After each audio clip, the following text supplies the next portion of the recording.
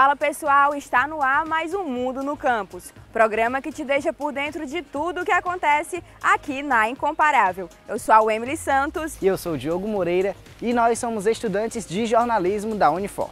No programa de hoje vamos acompanhar mais um mini curso de Estética e Cosmética. Além disso, vamos ver também uma oficina de encadernação artesanal e o projeto Centelhas em Diálogo. E os nossos quadros Campus em Foco, com informações do campus, e uma entrevista com o professor Cláudio Meireles sobre o caso da cannabis no Brasil. Tudo isso e muito mais agora no Mundo no Campus.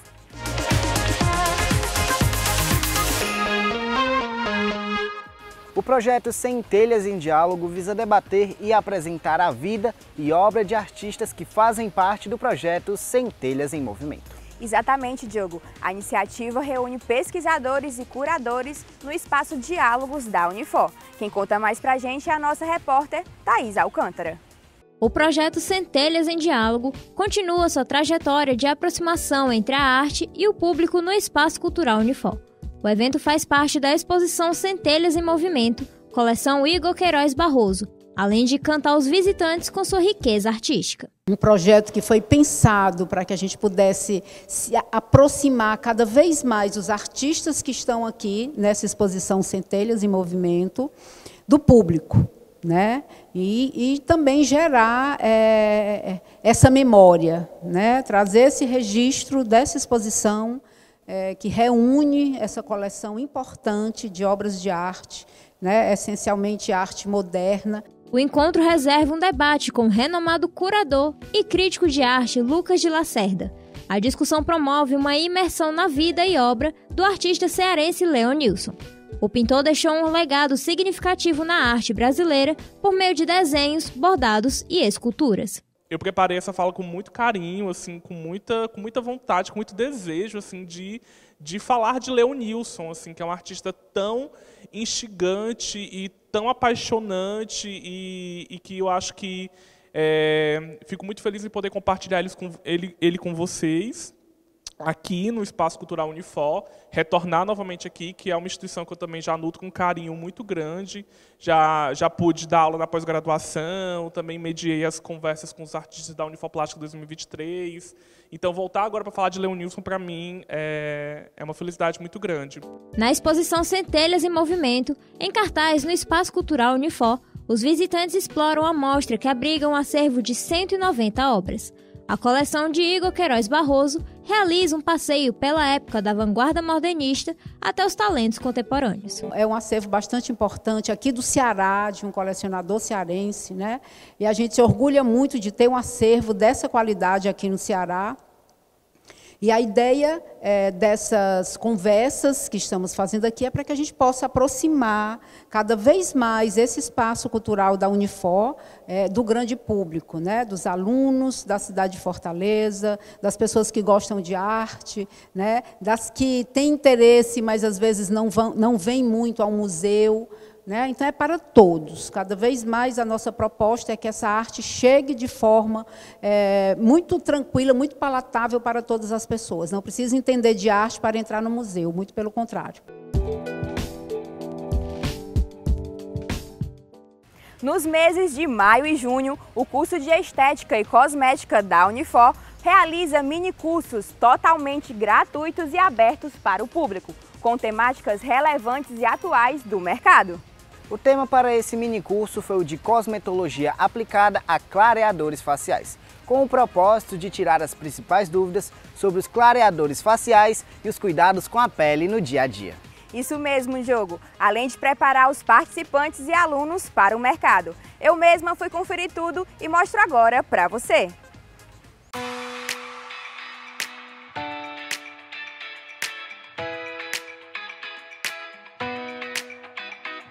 O curso de Estética e Cosmética da Universidade de Fortaleza realiza mini-cursos gratuitos e abertos ao público nos meses de maio e junho.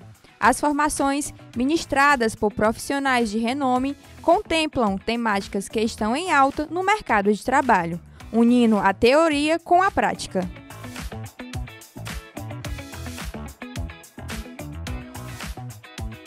O tema escolhido para esse minicurso foi o de cosmetologia aplicada a clareadores faciais. Os participantes puderam tirar suas principais dúvidas e conhecer um pouco mais sobre os cuidados que se deve ter com os diferentes tipos de pele no dia a dia. O aluno tem dificuldade em identificar qual é a substância que vai ser passada, por que ela foi utilizada naquela pele. E quando a gente faz a teoria e consegue abordar na teoria por que eu utilizo um clareador no melasma, ou em uma acne, ou em uma pele mais desidratada ou hidratada, independente de qualquer alteração que tenha nessa pele, a gente vai entender melhor na hora da prática. O projeto contribuiu para a formação acadêmica dos participantes. A prática traz um diferencial para seus portfólios, agregando novos conhecimentos profissionais. Que vem novo, nos transforma, embora que você já tenha conhecimento de algum tema, mas te abre os olhos para outras coisas, de outras formas, até mesmo de olhar para aquele assunto de uma forma diferente. A aplicação de peeling não é somente aplicar peeling. A gente precisa ter o domínio, conhecer a pele do paciente para você aplicar aquilo dali e saber também linkar ele com a cosmetologia. Sandra é aluna do curso de Estética e Cosmética da Unifor. Já atuante na área, ela destaca o quão importante é falar sobre essa temática e deixa um recado para você aí de casa. É muito importante a gente falar sobre isso, né? Porque justamente a gente vive em um local muito quente, então proteger a pele, usar protetor solar, a hidratação, são coisas que nós temos que reforçar no nosso dia a dia. Então, queria dar esse recado também, reforçar principalmente a questão do uso do protetor solar. Muitas pessoas acham que é uma coisa boba, uma besteira, mas não é, gente. Usem protetor solar para proteger a pele desse clima que a gente tem, um climão.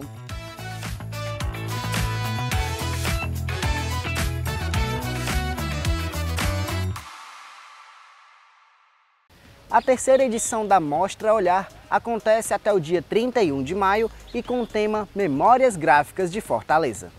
Realizada por alunos do curso de Design da Unifor, da disciplina de Representação Gráfica, a Mostra Olhar tem o objetivo de expor e fazer uma reflexão sobre as produções gráficas da Cidade Luz e a valorização de sua memória visual. O Zona D é uma iniciativa dos alunos do curso de Design da Unifor com o objetivo de explorar tendências no mercado. Exatamente. E vinculado ao Zona D, aconteceu a oficina de encadernação artesanal. Eu mesma fui até lá e conto tudo para você. Roda aí!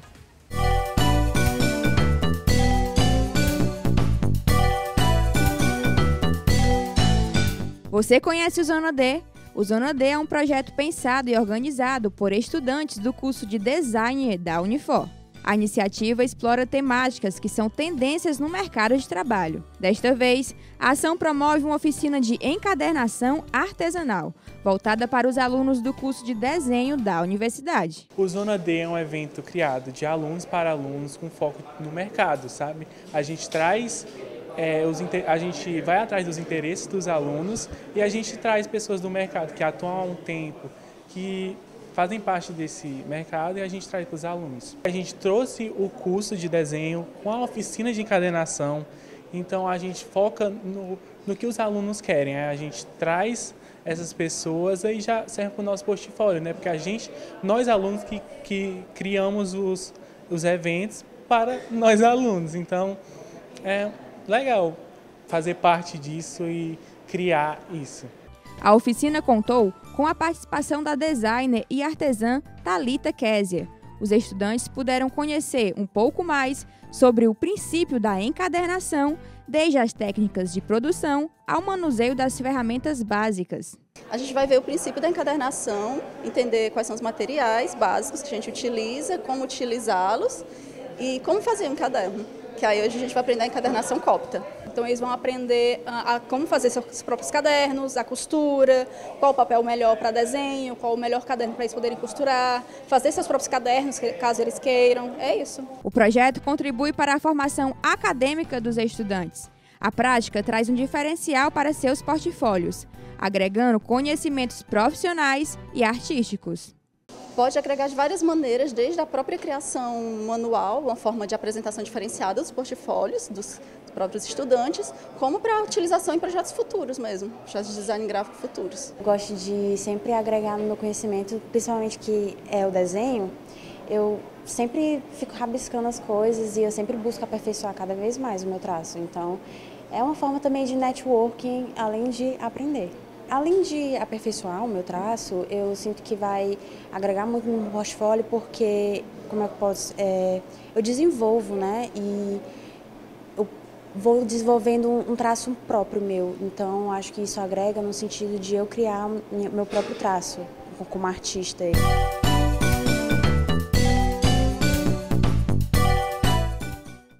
O incentivo às artes é um dos pilares da Unifor. Pensando nisso, a universidade criou o projeto Trajetórias Artísticas, que buscam uma melhor valorização e compreensão das obras e seus criadores.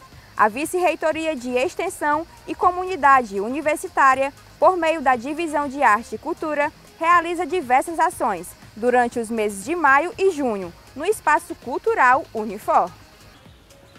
Chegou a hora de ficar por dentro de tudo que acontece no Campus Mais Lindo. Chega mais que está começando mais um Campus em Foco e quem comanda o programa dessa semana é a nossa repórter Marjorie Zaranza. E aí pessoal, o Campus em Foco está começando, então se liga para ficar por dentro de todas as novidades da Unifor. Eu sou Marjorie Zaranza, estudante de jornalismo da Incomparável e vou te deixar por dentro de tudo que vai rolar nos próximos dias. Nos dias 5 e 6 de junho acontece a 17ª Semana do Meio Ambiente da Unifor, que além de contar com palestras, vai comemorar o Dia Mundial do Meio Ambiente. O evento aborda questões amplas e específicas relacionadas à sustentabilidade e ao desenvolvimento humano, políticas públicas, soluções práticas e promoção de qualidade de vida na Caatinga. O curso de Design da Universidade de Fortaleza realiza a 3ª edição da Mostra Olhar.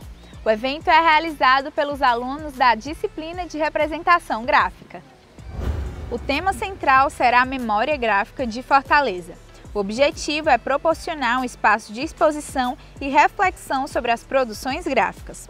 O evento acontecerá no Centro de Convivência da Unifor e a programação é aberta aos alunos e à comunidade. Vem aí o Dia T, evento semestral que visa divulgar cursos de graduação, grupos de estudo e laboratórios do CCT. A programação acontece nos dias 6 e 7 de junho. A partir das 17 às 20h30 no primeiro dia e no segundo dia de 9 às 17. O encontro acontece na Biblioteca da Unifor e no hall do Bloco D. É isso, pessoal, o Campus em Foco fica por aqui. Mas essas e outras informações você acessa no nosso site unifor.br. Siga a Unifor também nas redes sociais, Twitter, Facebook e LinkedIn, o @é_uniforoficial. Instagram, TikTok e YouTube, o @é_uniforcomunica. Até mais, pessoal! Na entrevista dessa semana, a nossa repórter Kalinda Gugel conversou com o mestre e doutor em Direito, Cláudio Meirelles, onde ele fala mais sobre o caso cannabis no Brasil. Bora conferir? Oi, gente, eu sou a Kalinda Gugel, estudante de jornalismo aqui da Unifor, e hoje eu estou com o Cláudio Meirelles, professor aqui da Unifor e docente há 10 anos. O professor veio conversar com a gente sobre o tema descriminalização do porte da maconha e no cenário jurídico atual brasileiro. É um prazer, professor, tê-lo aqui conosco. Professor, para a gente começar essa nossa conversa, você poderia me dizer como você avalia a atual situação jurídica sobre a descriminalização do porte da maconha para uso pessoal aqui no Brasil? Perfeito. Então, desde 2006... quando foi sancionada pelo então presidente Lula, hoje, né, novamente, mas à época, né, era o presidente também do país, a chamada Lei Antidrogas, que há uma diferenciação no que diz respeito ao porte, certo? Ou seja, o usuário, aquele que porta a droga ilícita enquanto usuário, e em relação ao tráfico. Então, hoje, muito embora seja um tipo penal, o usuário, ele não é apenado, ou seja, ele não vai sofrer, uma vez condenado, nenhuma pena restritiva de liberdade. Então, são medidas educativas, advertências. Ou seja, no Brasil atualmente é criminalizado o porte, seja para uso recreativo e, obviamente, para o tráfico.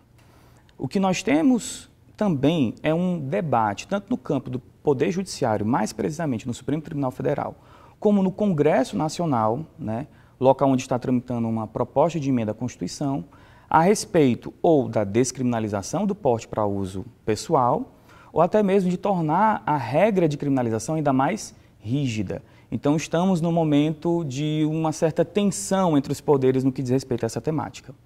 Você poderia explicar um pouco melhor a diferença entre a descriminalização e a legalização no porte de drogas ilícitas? Perfeito.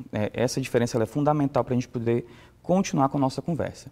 Então, descriminalizar é, digamos, o que parece óbvio, é você retirar do campo do direito penal. Então, a gente estabelece como fato típico, a gente estabelece como uma conduta que é regulamentada pelo campo criminal, sempre aquele tipo de ato que se quer reprimir, que se quer extirpar do meio social. Então, descriminalizar, dentro do nosso debate hoje no Brasil, seria, por exemplo, retirar o tipo penal no que diz respeito ao porte de uma droga ilícita para uso pessoal. Entretanto, a comercialização, a produção, ou seja, o tráfico, como é hoje caracterizado, continuaria sendo crime. Legalizar já seria dar, digamos, uma série de passos a mais. É o que já aconteceu em alguns países como o Uruguai, como a Alemanha, na própria Holanda, Canadá, alguns estados norte-americanos, que é você trazer para um campo de regulamentação, como hoje é no Brasil, o álcool ou o tabaco. Então, você tira totalmente do campo penal, autoriza o uso livre daquela substância, mas dentro de um controle estatal, que vai passar pelas diversas etapas de produção, comércio, transporte, etc. Então, hoje o que está efetivamente em debate é somente a descriminalização do porte para uso pessoal. E continuando essa nossa conversa, quais são os principais argumentos jurídicos que embasam os votos que são favoráveis e contrários à descriminalização? Perfeito. O julgamento hoje no Supremo Tribunal Federal ele está suspenso porque um dos ministros ele pediu vistas no processo, que mesmo quem não é da área jurídica já deve ter escutado esse termo em muitas ocasiões, é como se aquele julgador ele entende que ele precisa de um pouco mais de tempo para analisar as nuances. Mas nós já tivemos até o momento 8 votos, foram 5 votos favoráveis à descriminalização e 3 votos contrários à descriminalização. O que a gente consegue identificar pelo teor dos votos, logicamente, cada ministro vai ter uma argumentação em determinado sentido, mas tentando aqui trazer uma síntese, é que os votos favoráveis à descriminalização têm especialmente 2 eixos. O primeiro eixo, liberdade individual. Então, estaria dentro do campo da autonomia da vontade, da liberdade do cidadão, escolher ou não o uso, seja recreativo ou enfim. Por isso que a gente também deve identificar que esse debate não diz respeito ao uso medicinal, certo? Então, a disputa que hoje existe no que diz respeito tanto à votação no Supremo como à PEC que tramita no Congresso Nacional, não fala sobre o uso medicinal, mas o uso recreativo. Então, seria o porte da substância ou até mesmo um plantio na sua própria residência para consumo próprio, enquanto um direito à liberdade individual de escolha. Esse é um primeiro eixo importante. Um segundo eixo diz respeito a que na legislação não há uma definição clara para categorizar alguém que, de repente, numa abordagem policial é encontrado com alguma droga ilícita, se essa pessoa seria considerada usuário ou traficante. Então, dentro do julgamento do Supremo, os ministros também estão delimitando uma gramatura para você diferenciar o usuário de quem trafica, que a depender do voto, hoje estaria entre 25 a 60 gramas, certo? Por quê? Pós a Lei Antidrogas de 2006, o que se observou foi um aumento do encarceramento no Brasil por questões relacionadas ao tráfico. Na prática, o que alguns especialistas afirmam? Que muitas vezes na abordagem policial, o aspecto da gramatura não é levado em consideração, mas outros elementos, inclusive perfilamento racial ou critérios socioeconômicos, como na criminalização de alguns segmentos sociais que já são historicamente discriminados no Brasil. Então, esse também seria um problema que, para esses ministros que votam a favor da descriminalização, poderia ser resolvido. Já os ministros, os 3 que votaram de maneira desfavorável à descriminalização, apontam inicialmente, obviamente, as questões relativas à saúde. Então, a escolha individual do cidadão em usar aquela substância não poderia ser colocada de uma maneira a se sobressair sobre a própria saúde pública. Porque, vejam bem, muito embora a cannabis não possa ser considerada como uma droga com um grande potencial de dano à saúde, como cocaína ou heroína, inclusive já em 2020 a OMS emitiu uma recomendação para que a cannabis fosse retirada da lista das drogas perigosas pela ONU, e àquele tempo a Comissão de Narcóticos da ONU de fato retirou, votou e retirou a maconha dessa lista. Então, quer dizer, não chega a ser uma droga de fato danosa e perigosa como essas outras, mas obviamente que existem danos à saúde, Então, o consumo recreativo pelo fumo causa os mesmos males que a nicotina, ou até males piores. Existem indicativos de que pode atrapalhar o adequado desenvolvimento da neurocognição, certo? O desenvolvimento neuroencefálico. Obviamente que a depender do diagnóstico da pessoa, se ela tiver algum tipo de transtorno e uma medicação que ela tome, também não seria indicado o consumo. Então, há toda essa preocupação com o aspecto da saúde. E também há um segundo eixo também nos votos que são desfavoráveis à descriminalização, que diz respeito a uma política criminal de combate às drogas. Então, que deveria existir realmente uma tolerância zero em relação a qualquer tipo de entorpecente, e que você facilitar ou viabilizar o consumo de uma droga, até mesmo de um menor potencial de dano à saúde, como a maconha, poderia também significar uma facilitação de acesso ou de entrada em outros tipos de vícios e males que a gente sabe que entorpecentes mais pesados causam.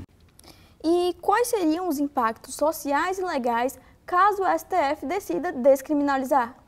Bom, hoje nós estamos dentro de uma conjuntura que ela é um tanto quanto tensa, eu diria. Por quê? O julgamento foi suspenso, não há ainda data para retomada. Como eu falei, 5 votos favoráveis pela descriminalização, 3 votos contra. Basta mais um voto, para que a decisão atinja a maioria de 6, são 11 ministros. Mas, paralelamente, está tramitando no Congresso Nacional uma proposta de emenda à Constituição para alterar certos dispositivos, em especial o artigo 5º, incluindo ali um inciso 80, só para quem esteja assistindo possa compreender. O artigo 5º da Constituição traz os direitos e garantias fundamentais. Originariamente, nós tínhamos 78 incisos nesse artigo 5º. Há pouco tempo atrás, foi acrescido o inciso 79, para aumentar os nossos direitos fundamentais, porque elevou ao patamar de direito fundamental a proteção de dados pessoais. Teríamos, então, o 80º inciso, o inciso 80, para estabelecer de maneira clara e inequívoca que é criminalizado o porte de drogas, seja para uso pessoal ou para tráfico, independentemente da gramatura. Esse é um ponto importante. Então, no mínimo, nós temos uma situação de um antagonismo entre a tendência do julgamento do Supremo, por que eu digo tendência? Porque o julgamento não cessou ainda, e uma tendência no Congresso de aprovação dessa PEC. Por que eu digo que é tendência também? Porque essa PEC ela já foi aprovada no Senado, ela está hoje na Câmara dos Deputados, ela depende de 2 votações na Câmara por 3/5, então é um quórum bem elevado, mas dentro do quadro político-ideológico hoje da Câmara, me parece que é provável que ela seja aprovada, Então, eu vislumbro um possível escalonamento no tensionamento entre esses poderes, muito embora, digamos, que o Supremo Tribunal Federal está agindo dentro do controle de constitucionalidade, que é analisar, no caso desse recurso extraordinário específico, se o artigo 28 da Lei Antidrogas é compatível com a Constituição Federal, enquanto que o Congresso Nacional está legislando, está alterando a Constituição dentro daquilo que lhe compete. O que a gente pode refletir será que essa temática, primeiramente, ela deveria ser objeto de uma deliberação no sentido da descriminalização pelo Poder Judiciário?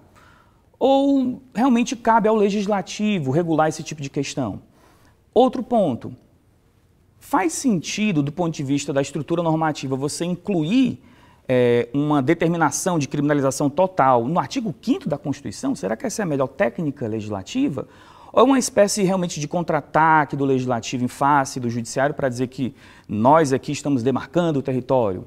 Né? Porque, no final das contas, será que lidar com essas questões dentro do campo penal é realmente a melhor escolha para o Brasil enquanto nação?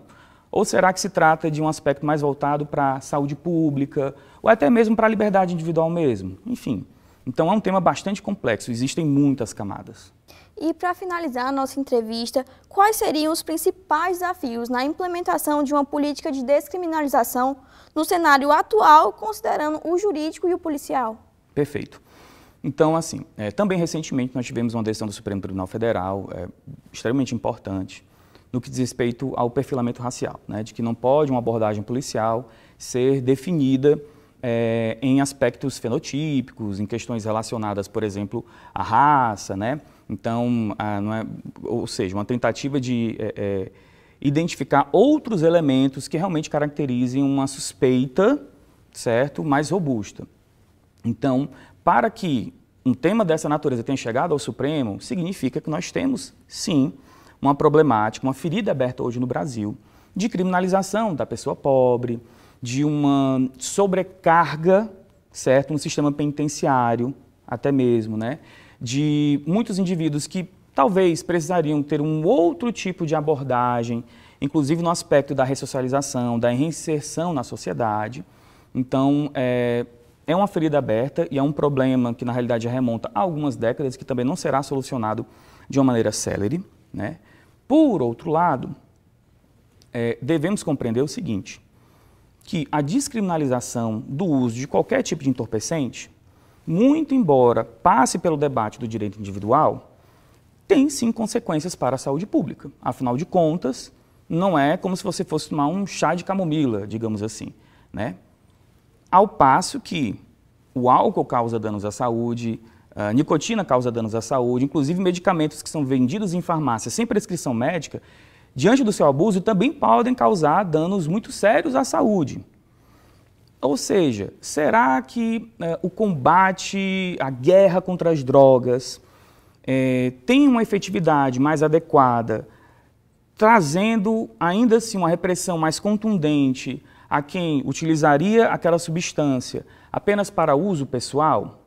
Ou nós já temos evidências, inclusive de experiências em outros países, que apontam o contrário, que uma política de descriminalização pode até reduzir o consumo, ou reduzir o encarceramento indevido, né? Enfim.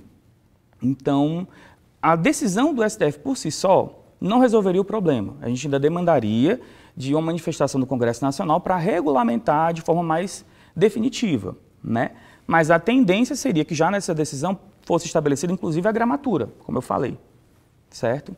De uma maneira um pouco mais geral, digamos que essas são algumas das questões que a gente pode trazer, que deixam ainda em aberto esse tema. Muito obrigada, professor, pela entrevista. O Mundo no Campus vai ficando por aqui, mas muito obrigada pela sua audiência e até mais.